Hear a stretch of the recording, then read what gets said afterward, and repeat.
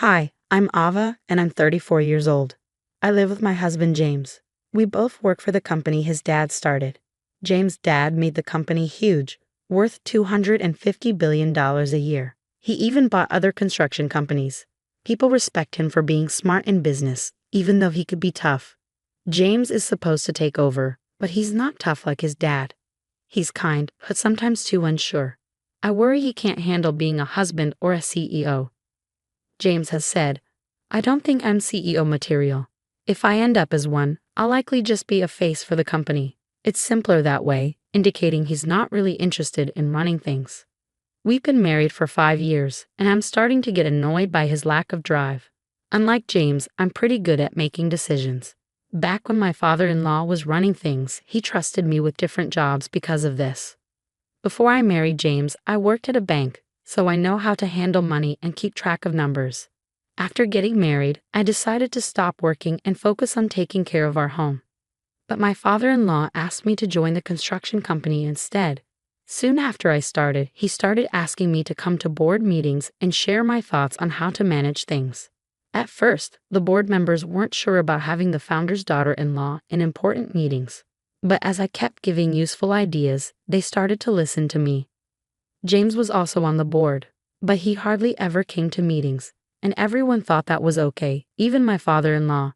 One day when I got home from a meeting, I found James just sitting there watching TV like nothing was wrong. "Why did you come to the meeting today?" I asked, annoyed. "You're an important part of it. You should take it seriously." But he just shrugged and said, "Even if I went, I wouldn't understand what's going on. Plus, the board members seem to like you better, so it's not a big deal, right?" I couldn't help but wonder if he was bothered by me being involved in the meetings. Despite his comments, my father-in-law had been showing me the ropes of running the business and seemed to be grooming me for a bigger role. I started to enjoy being part of the management, and before I knew it, I was working hard to live up to my father-in-law's expectations. After about 2 years of attending meetings, my father-in-law retired completely. When important decisions needed to be made, the board members would come to me for advice, leaving James out of the loop. I had hoped this would motivate James to step up, but instead he became even more distant from his work. He'd show up at the office in the morning but disappear by noon, spending the rest of the day at home.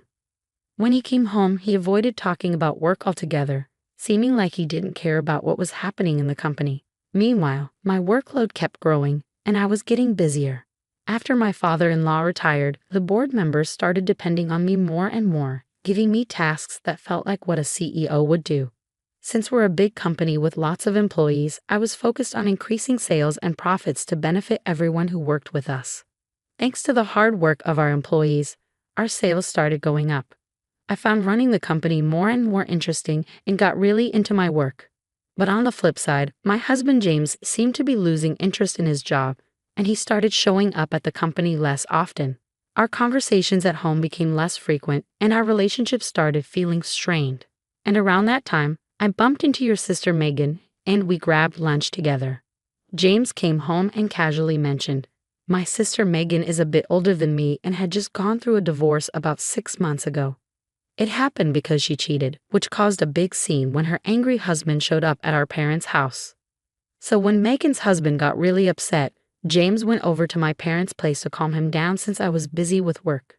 James, who had a gentle upbringing and a calming personality, was able to talk Megan's husband down and convince him to leave for a while.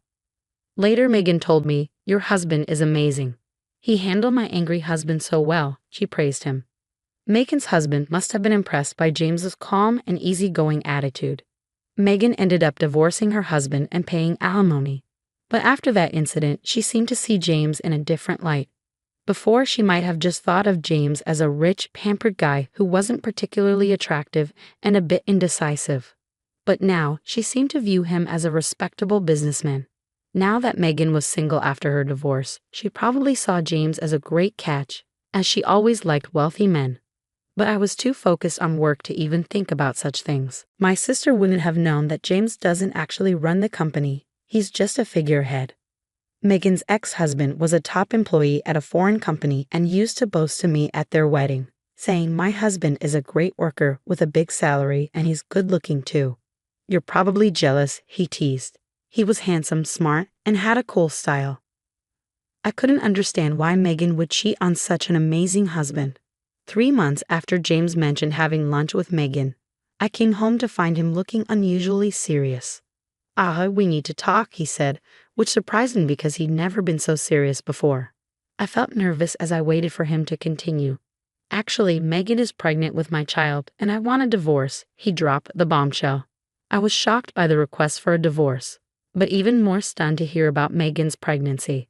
Speechless, I listened as James said, Megan plans to come over on our next day off to discuss this, so I'm counting on you. I was stunned and asked him, so you want to marry my sister? James looked troubled as he replied, it's not that I want to marry her, but as she's carrying my baby, I guess I have no choice. I sighed at James's usual indecisiveness and said, well, as she's having your baby, I guess we have to deal with it. Let's talk more when she comes over. It seemed like James and I couldn't make decisions together, so I decided to talk directly with my sister to sort things out. Even though I had already decided in my heart that I wanted a divorce, I felt I needed to talk to my father-in-law about the situation with the company. Being involved in running the business as the founder's daughter-in-law, I knew that divorcing would change my role. So the next day, I went to my in-laws' house and told my father-in-law everything my husband had said. My mother-in-law, who was there too, was happy about the news of her son having a child. But she quieted down under my father-in-law's stern gaze. She seemed more focused on the grandchild than the company's affairs.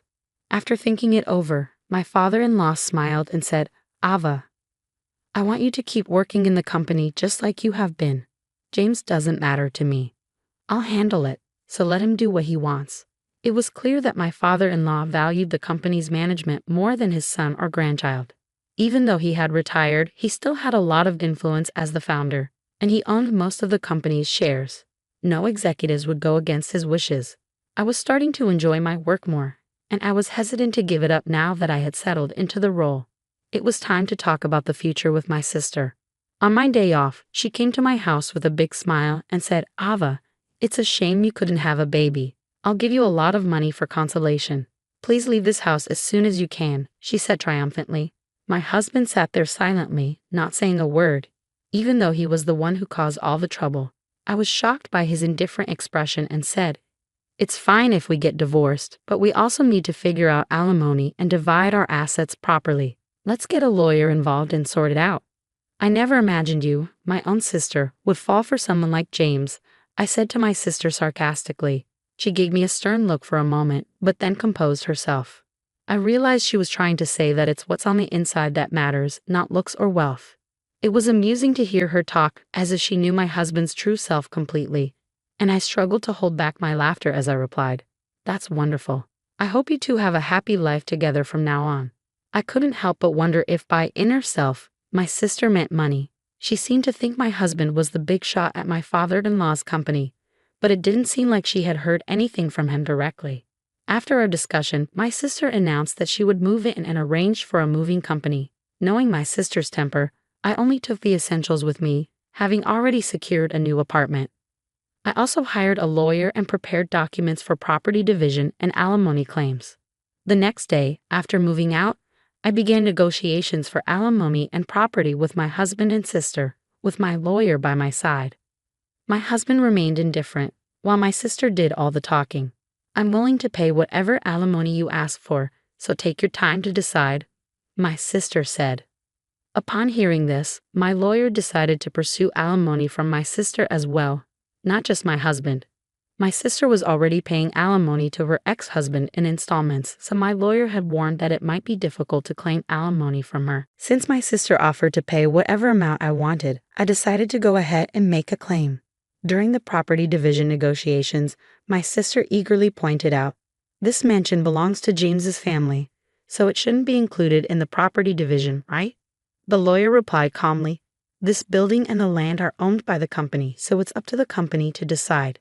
It appeared that even my husband had assumed this house belonged to his father. Oh really? I thought this was Dad's, he casually remarked. In contrast, my sister seemed surprised and turned to the lawyer, demanding, wait, does that mean I can't live here? The lawyer replied professionally, since it's company property, you can continue living here if the company permits it. My sister seemed relieved at this and said, oh, you should have mentioned that earlier. "It'll be fine since James, the president, will be living here," my sister confidently stated, causing the lawyer to be momentarily surprised before bursting into laughter. "What are you talking about? Ava is the president, not James," the lawyer clarified, looking at my sister, who was planning to remarry my husband. It didn't even know this basic fact made me chuckle. My sister immediately turned to my husband and exclaimed, "Wait, James, you're not the president." Seeing my husband's troubled expression, I stepped in and explained to my sister, "James is just an advisor without any executive authority. I'm the executive director and also the president. Our father-in-law, the founder, used to be the president, but he appointed me as executive director and then president when he retired. The other executives supported my performance and there was no opposition." Meanwhile, my husband, due to his father's arrangement, was receiving an executive salary as an advisor without any executive power, which was more of a disappointment than a true position of authority. Even though he was technically receiving an executive salary, since he wasn't actively working, it was even less than what a regular employee would earn. Therefore, I was the one covering all our living expenses. My husband, who had little interest in our household finances, didn't even bother to check whether the house we lived in was owned by the company or by his father. Despite being company-owned, my responsible father-in-law had always charged me rent. Although I considered it a standard rental arrangement, the lawyer, still chuckling, asked, "Can we continue to charge James rent for this house?" My sister reacted strongly to the idea of rent, saying, "Rent? Why should James pay rent? Isn't it the company's property? Let's just let him stay for free." The lawyer then presented the rent amount, which caused both my sister and her husband James to be taken aback. "I guess rent for a house this size would be high.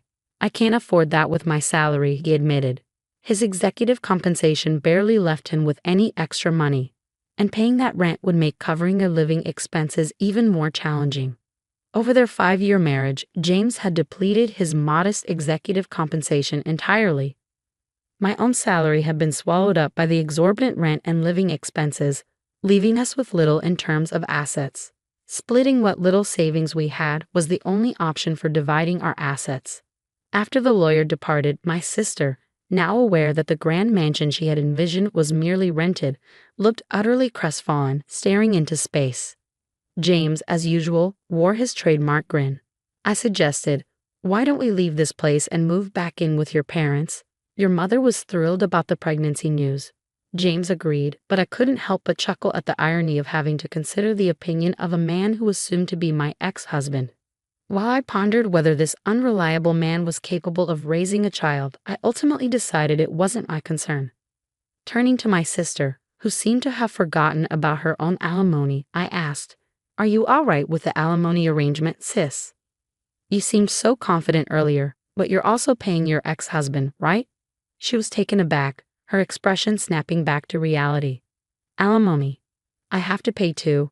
She seemed shocked, apparently having missed the earlier discussion entirely.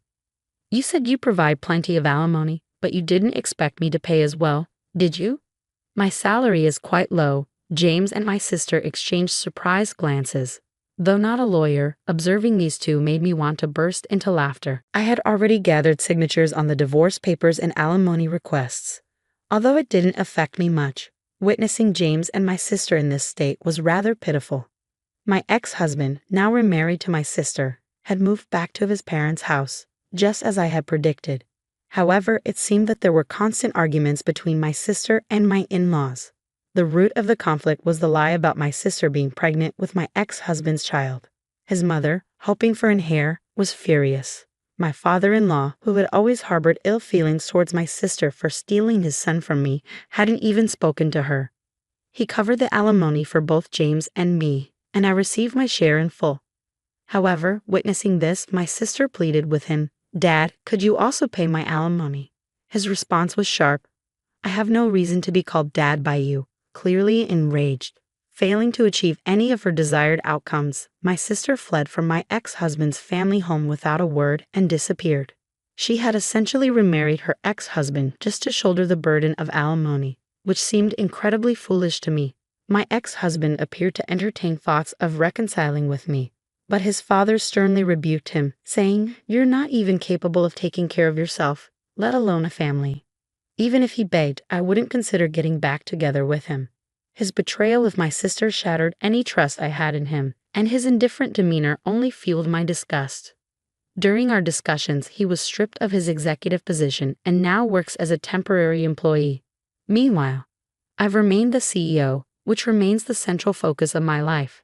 I have no intention of remarriage post-breakup. I've maintained a connection with my father-in-law, seeking his advice when necessary. For now, my priority is the company, which I view as a marriage dedicated to the well-being of my employees.